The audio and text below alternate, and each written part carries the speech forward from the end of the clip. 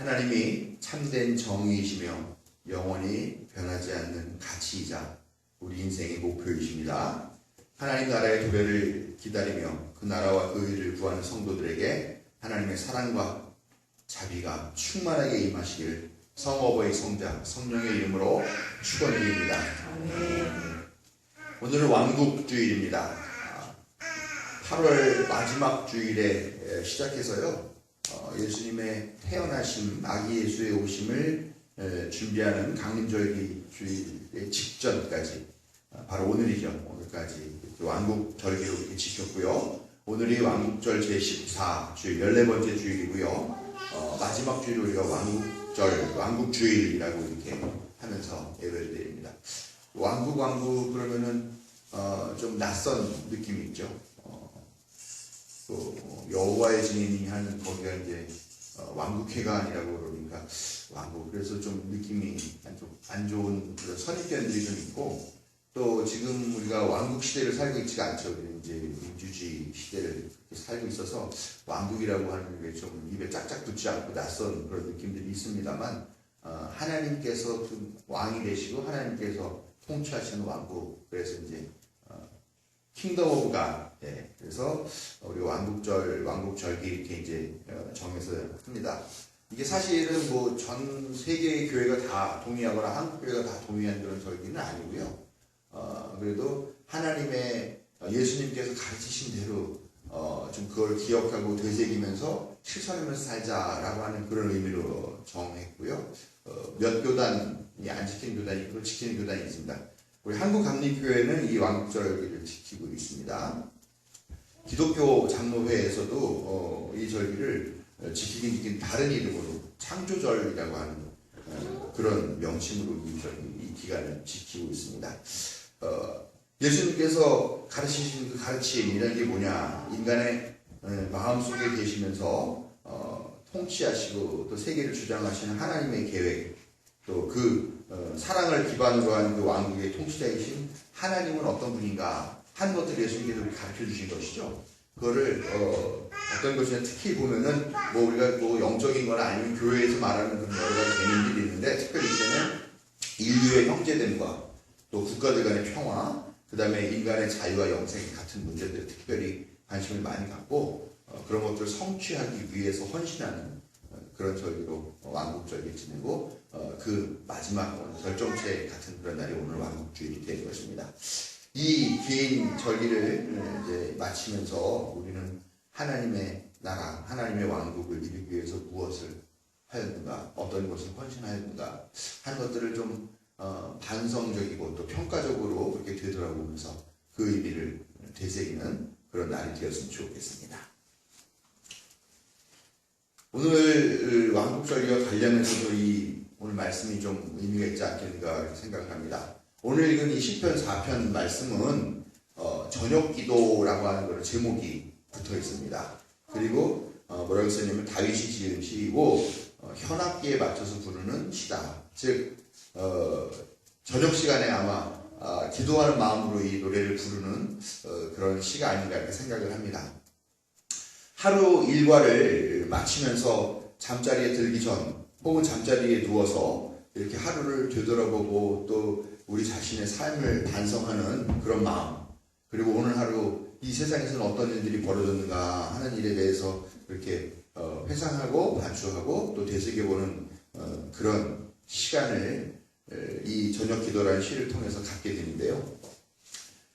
요즘 우리가 하루를 정리할 때 어떻게들 정리를 하십니까? 요즘 일기 쓰시는 분 혹시 계시나요?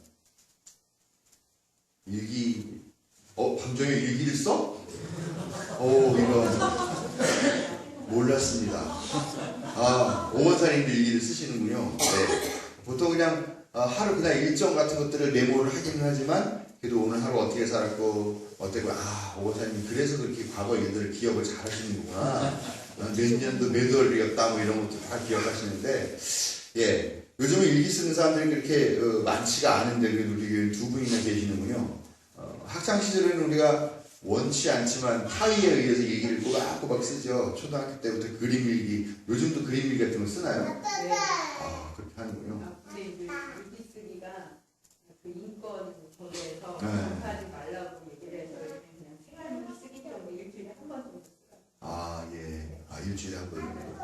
그거 참 방학 동안에 일기 밀려가지고 그냥 한 일주일에 그냥 몰아서 그 한 달치 다 그리고 쓰고 했던 그런 기억들이 있는데 그렇게라도 써서 가끔가다 제 일기장에 이렇게 되돌아보면은 아, 내가 이럴 때 이런 생각을 하면서 살았구나 이런 얘기를 하고 또 그런데 요즘은 이제 그렇게 일과를 되돌아보면서 하루를 정리하는 그런 일이 별로 없는 것 같습니다.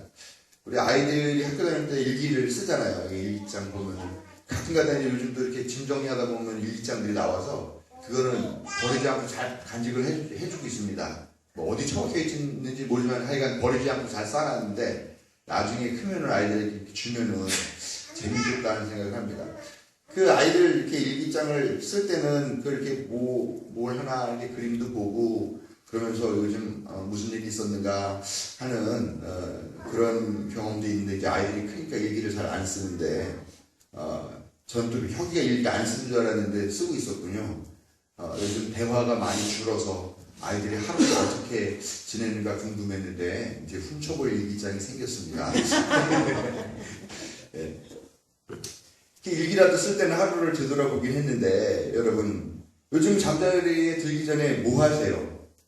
잠자리에 들기 전에 마지막에 잠들기 전에 뭘 하십니까? 기도요. 기도. 네, 우리 역시 모범적인 장면이에요. 다른 분들 뭘 하십니까? 제가 맞춰볼게요. 핸드폰을 들다가 그거 보다가 주무시지 않습니까? 예, 우리 삶이 그렇게 됐습니다. 이제라도 좀 하루를 돌아보고 반성하고 또 감사할 것은 감사하고 또 누구를 위해서 생각나는 사람을 위해서 잠깐이라도 기도하고 그렇게 잠자리에 드는 습관 아니면 하다못해 누워서라도 그렇게 하루를 좀 되새겨보는 그런 습관들을 갖게 되면 좋지 않겠나 하는 생각을 한번 해봅니다. 예, 오늘 말씀 보면은 다윗의 저녁 기도는 하나님의 도우심을 구하는 그런 말로 시작을 하면서 곧바로 비판적인 어조가 시작이 되는데 바로 높은 자들에 대한 비판이 나오고 있다라는 겁니다. 높은 자 그러면은 뭐 그렇죠, 권력자들 또 부자들 또 소위 지도자라고 그러고 섬김받는 그런 사람들을 이야기를 합니다.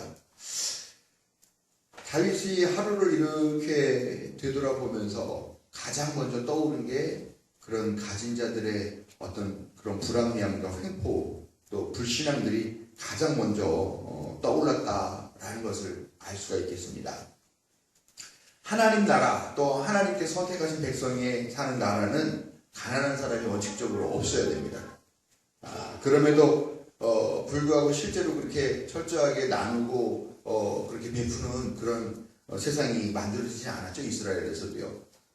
특히 왕정 시대에 들어서면은 이제 도시가 어떤 생활의 중심지가 되죠. 지금도 마찬가지고 그렇게 되면서 소유와 경제력 또 그것들을 기반한 그런 어떤 권력들이 소수의 어떤 특정한 집단들에게 다 집중이 되게 됩니다. 그 나머지 대부분의 사람들은 그런 권력에 종속이 되거나 아니면 가난한 상황에 빠지게 됐던 것이죠. 또 높은 자라고 하는 그 사람들은 더 많은 부와 더 많은 권력을 얻기 위해서 정말 파렴치 않은 그런 야합, 그런 반칙을 행하고 또 그런 권력을 독점하면서 더욱더 그 가난한 사람들을 억울하게 착취하는 그런 일들이 아주 빈번하게 일어나는 거죠. 그래서 이 왕조 시대에 보면은 예언자들이 끊임없이 그런 것들에 대해서 비판하고 경고하고 하는 그런 예언들을 한 것을 볼 수가 있습니다. 다윗도 높은 자라고 칭한 이 권력과 부를 독점하고 소유하고는 이 사람들, 그래서 하나님의 백성을 억압하고 착취하는 이 사람들을 비판하면서 오늘 말씀을 보니까 하나님의 영광을 욕되게 하는 사람들이고 헛된 일을 좋아하고 거짓신을 섬기는 사람이다, 이렇게 개탄을 하고 있는 것을 볼 수 있습니다. 오늘날에도 어떻습니까? 아침에 눈 뜨면서 또 잠자리에 들기까지 하루 종일 얼마나 많은 우리가 소식들을 접하고 있습니까? 저도 이 설교를 이제 준비하면서 어저께 잠자기 전에 내가 먼저 모범을 보여야겠다 생각하면서 잠자리에 누워서 오늘 하루를 이렇게 되돌아보고 저의 생활을 이렇게 반성을 한번 해봤습니다. 뭐 토요일 오후에 밤이래봤자 뭐 반성할 게 뭐 있겠습니까? 저는 그냥 주로 주일 준비하고 뭐 설교 준비하고 뭐 주보 만들고 하는 일이니까 별다른 건 없는데 갑자기 우라가 확 치는 게 있습니다. 지소미아 종료, 잠정 중지 뭐 이런 거.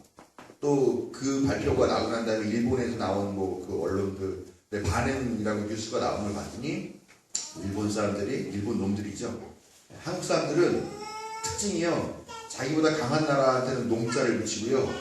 자기보다 약한 나라 사람들한테는 그냥 사람이라고 얘기를 한답니다. 그래서 일본 놈, 미국 놈, 중국 놈 이런 말을 하는데요. 뭐 필리핀 놈 이런 말이나 베트남 놈 이런 말 안 쓴다는 거예요. 네, 좀 특이한 그런 특성이 있는 나라라고 이렇게 외국인이 평하는 걸 봤는데요. 아무튼 일본 놈들이 우리의 완전한 퍼펙트 승리다 뭐 이런 얘기를 하고 뭐 한국이 뭐 어쩔 수 있겠느냐, 뭐 미국이 도와 우리의 편을 들어줬다 이런 뭐 뉴스를 막 쏟아냈다는 걸 보고서 화가 막 나더라고요. 그리고 왜 대통령도 이번에 그 여론을 보면은 그렇게 국민들이 다 이번에 그냥 지소미아를 종료하자라는 그런 거에 상당히 많이 한 70% 정도가 지지한 입장을 보였는데도 왜 막판에 몇 시간 남겨두고 그것을 그렇게 철회했을까 하는 그런 안타까운 마음이 들면서 좀 배신감도 들고 또 막 그 여러 진보 진영의 기독교인들이 있는 톡방들 보면은 거기서도 막 문재인 대통령도 결국은 이거냐 실망이다 막 이런 글들을 막 봤는데 저도 우라가 막 치밀고 그러더라고요. 이렇게 하루 종일 일어나는 많은 부자들, 또 권력자들, 배운자들, 소위 지도자라고 하는 이런 사람들, 거기다 강대국이라고 하는 나라들이 벌이는 악행과 태만과 착취와 어떤 폭력 등의 그런 꼴불견의 뉴스를 얼마나 많이 하루 종일 접하는지 모르겠습니다. 하나님 나라를 간절하게 기다리는 우리들의 기도를 가로막는 이 악한 세력들, 잠자리에 들어서 하루를 반출할 때 가장 먼저 떠오르는 이 우라통 터지는 이런 근심거리들, 우리의 평화를 방해하는 이 현실들, 우리가 이런 것들을 진지하게 바라보고 또 적당히 분노할 줄도 알고 또 그런 것들 어떻게 대응할까 좀 고민도 하고 그러면서 하나님의 도우심과 우리의 실제적인 기도들을 가지고 극복해 나갈 수 있는 그런 마음들 품는 우리가 돼야 되지 않을까. 그런 것들이 바로 이 왕국절에 우리가 다시 한번 되새겨 봐야 될 그런 주제들이 아닐까 하는 생각들을 한번 해보게 됩니다. 다윗이 계속해서 이 시를 노래하는 데 보면은 다윗이 저녁 기도를 통해서 높은 자들의 그 범죄를 보면서 분노하게 되지만 그로 인하여서 죄를 짓지는 말라라고 그를 권면한 것을 볼 수가 있습니다. 분노하게 되면 죄를 짓죠. 예수님도 화를 내는 것 자체가 이미 죄를 짓는 것이다. 그런 논조로 말씀을 하시기도 하셨습니다. 분노를 하지만 죄를 짓지 않는다. 그것이 어떻게 보면 우리 기독교인들이 가져야 될 그런 마음의 품성들이 아닌가 하는 것을 생각해 봅니다. 분노가 하나님 나라를 가져오지는 못하더라고요. 홍상수 감독의 영화 생활의 발견이라는 그 영화에 보면은 아주 유명한 대사가 하나 있습니다. 뭐냐면 우리는 인간이 되기는 힘들지만 괴물이 되지는 말자 라는 대사입니다. 많이 들어보셨죠? 인간 되기 힘들지만 그렇다고 괴물이 되지는 말자.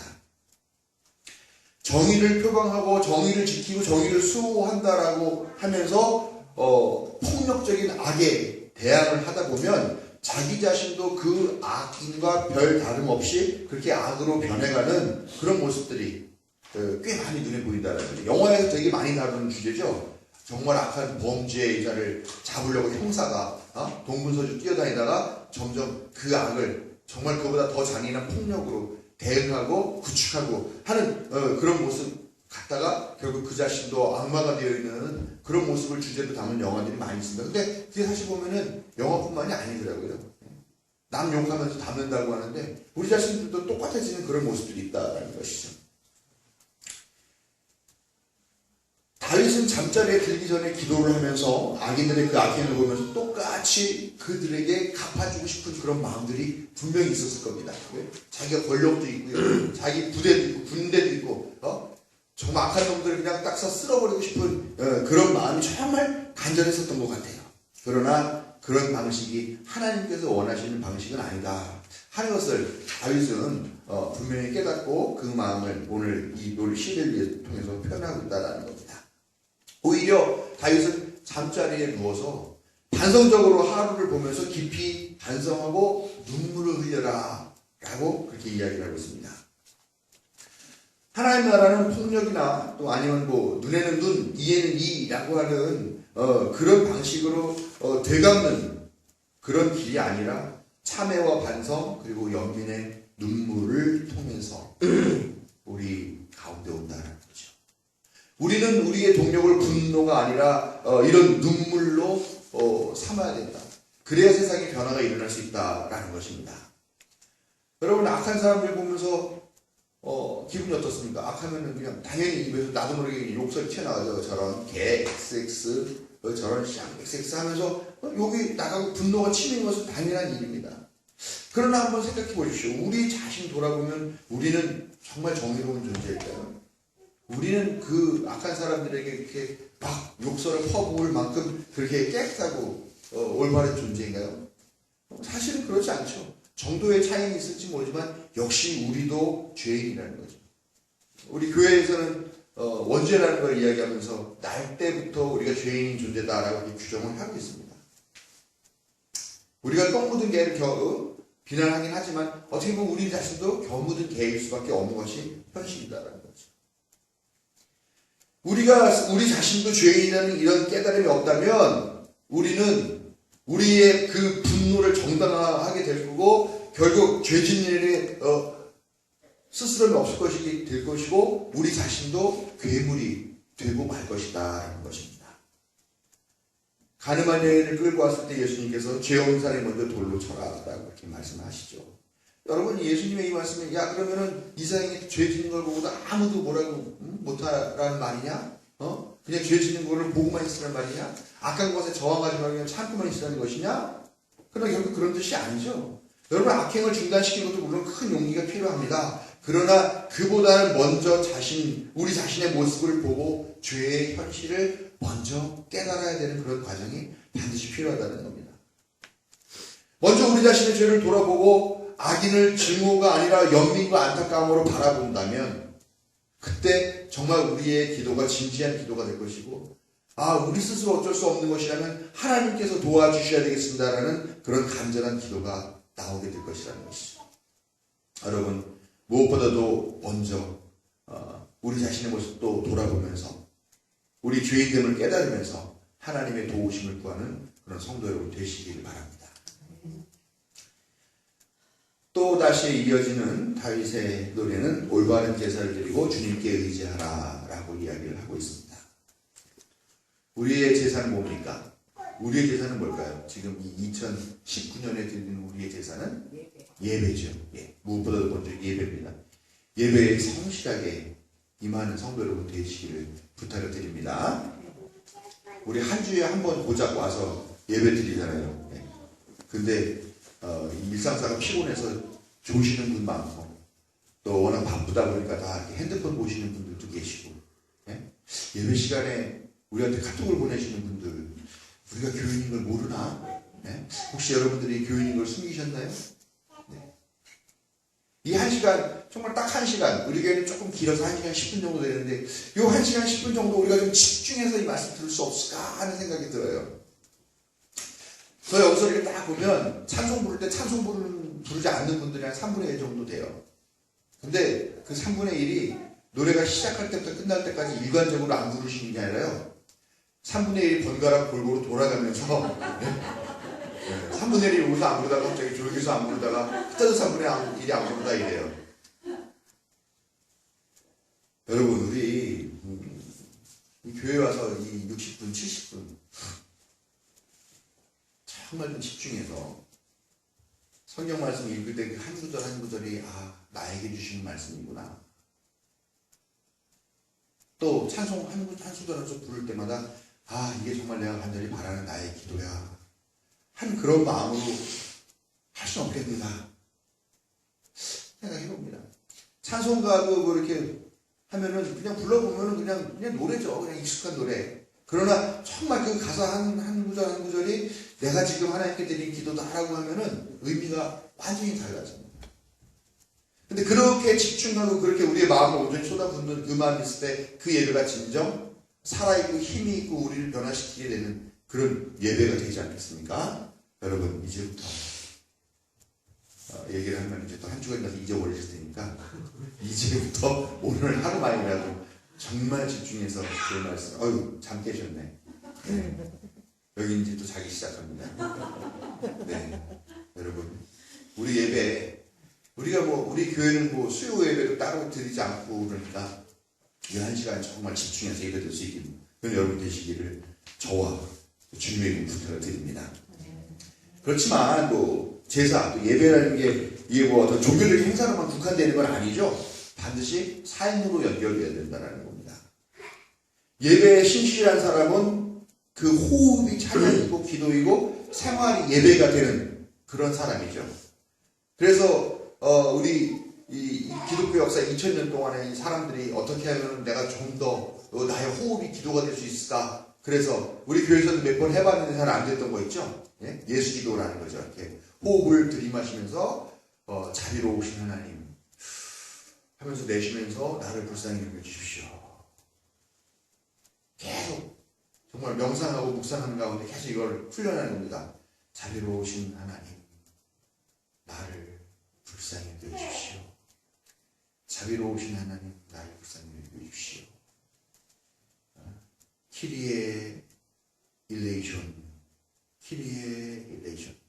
이거를 반복적으로 계속 호흡하는 겁니다. 그러면 이게 알게 모르게 이 호흡 자체가 나에게 기도가 되는 거죠.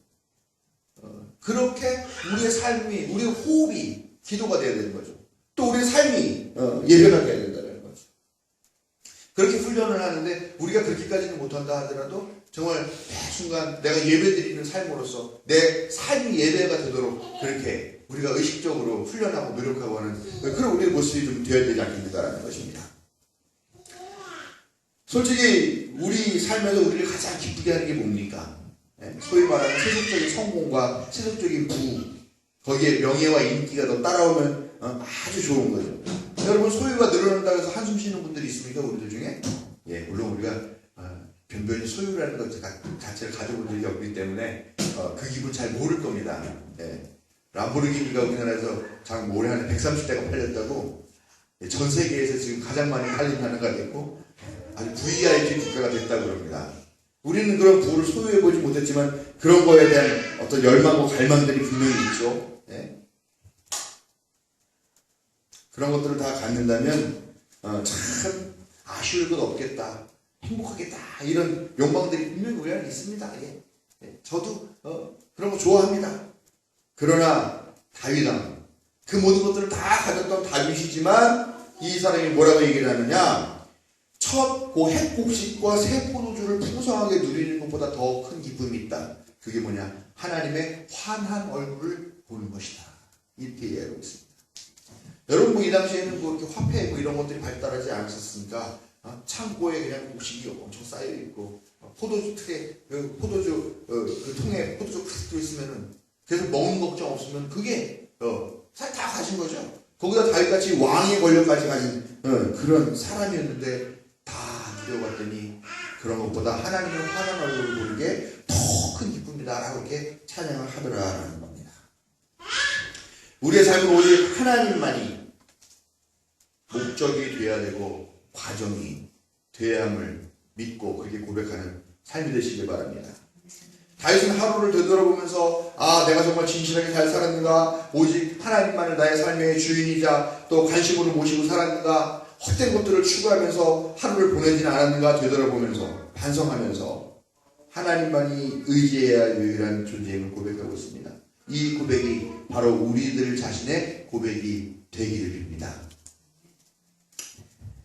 끝으로 모든 것이 다 하나님께로부터 온다 하는 것을 오늘 이 스토리로 된다는 겁니다. 다윗은 마지막 절에서 뭐라고 그럽니까? 편안하게 잠자는 것, 평안히 쉴 수 있는 것도 다 하나님께로부터 오는 것이다 라고 고백을 하고 있습니다.